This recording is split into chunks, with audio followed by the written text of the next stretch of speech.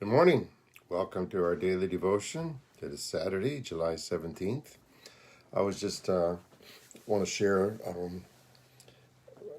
one of the reasons that we're going to be meeting tomorrow morning at my house, and we're no longer renting the space at the church we were at before, is because it was a choice between paying rent or struggling to pay rent and then not supporting the different ministries that we support. And we decided that the ministries were more important. Supporting Dandy and Dawn and the ministries in India were more important to Collision than where we meet. So we're willing to make the sacrifice and meet at my house. But at the same time, I'm excited about it. I want you to know that I'm really excited about meeting my house. I just feel that it gives us the opportunity to do more things than we could before. So I'm excited about tomorrow morning. We're looking at, good morning, Marcy. We're looking at words in the Bible, important words in the Bible. And one of the words we're looking at this morning is accept. And that word accept, even though it seems a simple word, it means the willingness to receive. It's interesting to me how many times close-knit groups have such a hard time accepting someone new into their group. If you've ever tried to visit a certain group, were you included? Have you ever visited a church and you weren't included? When I was traveling to do hotels for like 7 years, I was on the road doing hotels all across the United States. So every Sunday I would look in the phone book and I'd find churches and I'd visit at least one, sometimes two churches every Sunday. And so I literally went to hundreds of churches. And I'm sad to say that I hardly ever met anyone. Why? Because most people go there to see their friends, not to see visitors.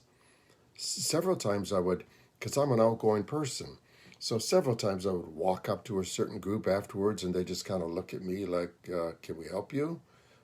And then if I did introduce myself, they might say hi and then turn right around and keep on with their conversation. Their fellowship was important to them. It was like a social group. They were going there to see their friends. It was almost like going to the Elks or the Moose Lodge or whatever with many of them. It was hard to fit in. I'm sad to say that many times at Collision, I've had to introduce a visitor to other people because they hardly ever noticed that that person was there.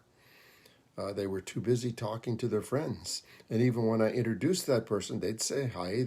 They were friendly enough. They'd say hi, but then they would turn away again to talk to their friends.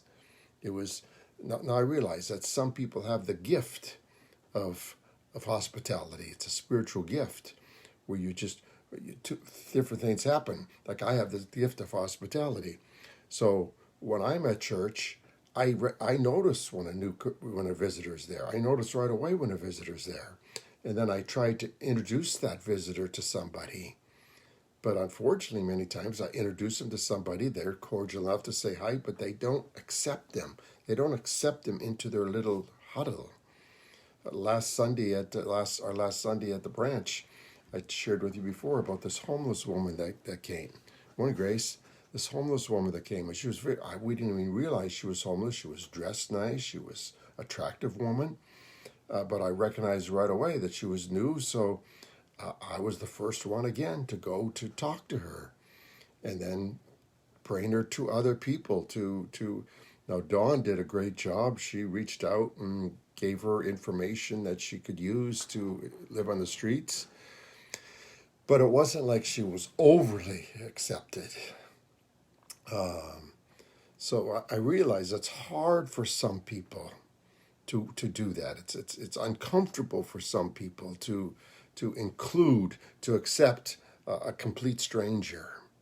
It's much easier to go and be with your friends than it is to go out of your way to include it's almost like it has to be a gift to even be able to do it.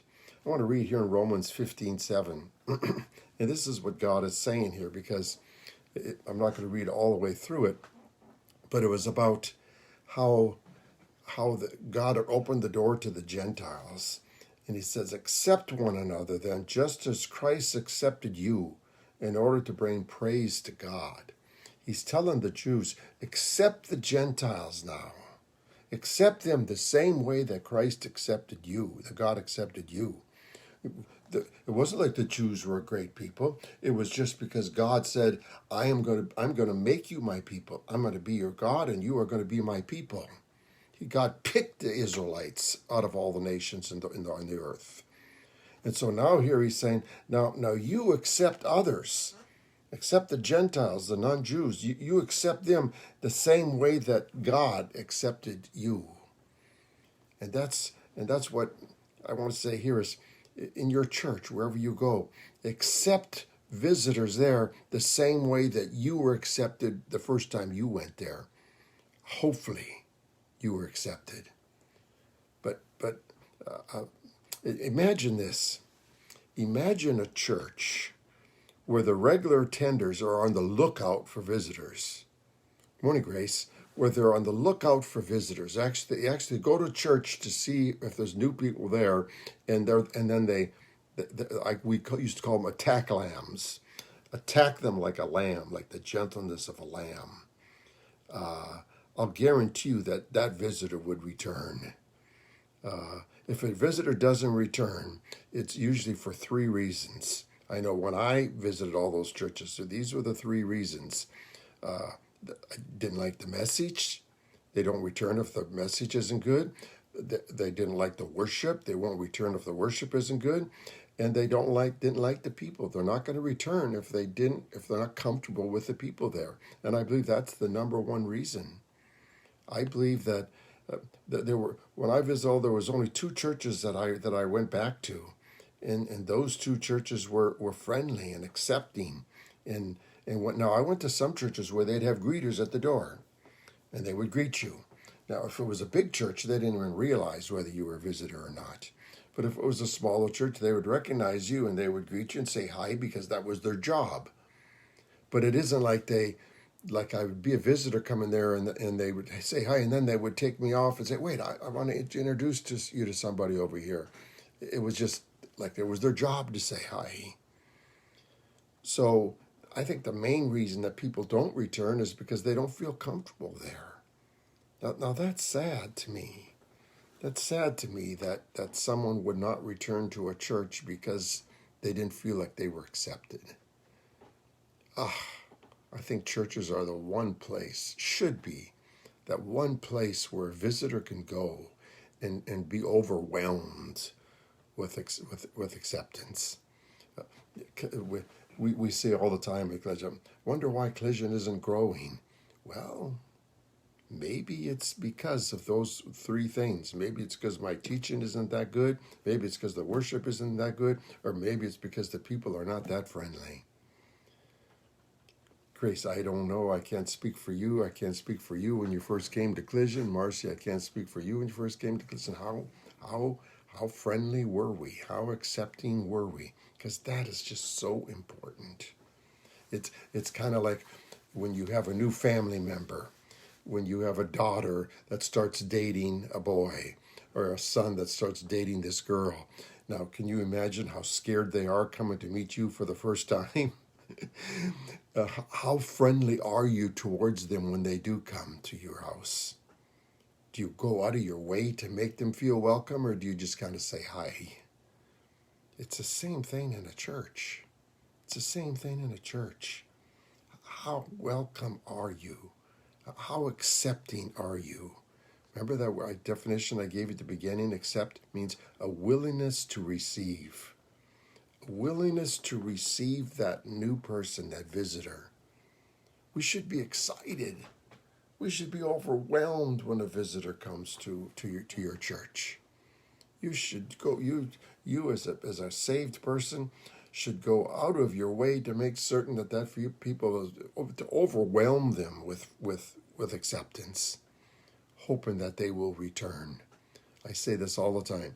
A church should be the only organization in the world, should be the only organization in the world that exists for people that are not a part of it. You hear that? Now, the Moose Lodge exists for people that are part of it. The Elks for people that are part of it. Any organ, but the church should be an organization that exists for people that aren't there yet, especially unbelievers. Especially that's why I try to make church friendly to an unbeliever. I say this all the time. When an unbeliever comes to church, they sit towards the back and they sit there like this with their hands up, like just no smile on their face, just kind of observing. Like, I dare you to make this interesting. The job of me in the church in Collision is to get them to drop their shoulders, get them to let go of their hands, and then get them to put a smile on their face. Because now they're engaged. Now they're feeling like they belong there. Not like, get this over with. Now, can you do that just doing the same old, just doing church the same old? Now, worship is important to us as Christians. I realize that. But to an unbeliever visiting a church for the same time to sing 4, 6, 7 songs that they don't even know how to sing, not exactly enticing. To listen to a message that is so serious that it just goes right straight over their head. They don't have a clue what you're talking about. Not exactly. To be real stern where everybody's just sitting there and no one dares to laugh out loud. That's why I sing my silly songs. A visitor come to church and hearing the pastor singing some song, kind of like, whoa, this isn't what I expected. That's why there's humor, a little bit of humor in church. And that's what I'm hoping to do now with meeting at my house. I'm hoping that creates a friendly atmosphere. I'm hoping that it engages people instead of being